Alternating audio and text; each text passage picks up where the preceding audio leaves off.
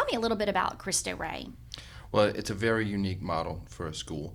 It's a private Catholic college preparatory high school in which the students go to work 5 days out of the month. In turn, those job partners, help in part to pay the tuition for the students to go to school. It provides just the exposure and experience that isn't available in a traditional high school setting. It allows students like John Lill to get out and have real-world work experience, which, as we all know, you can go to school forever. You don't know how to work until you actually get there.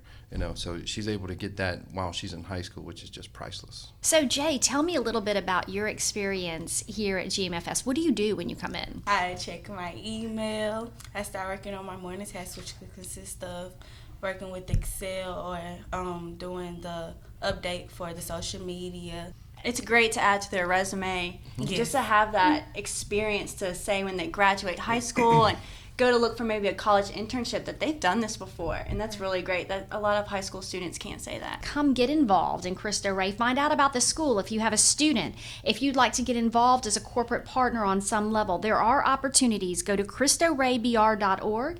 And that concludes this edition of Mortgage Matters. We hope you join us again next time.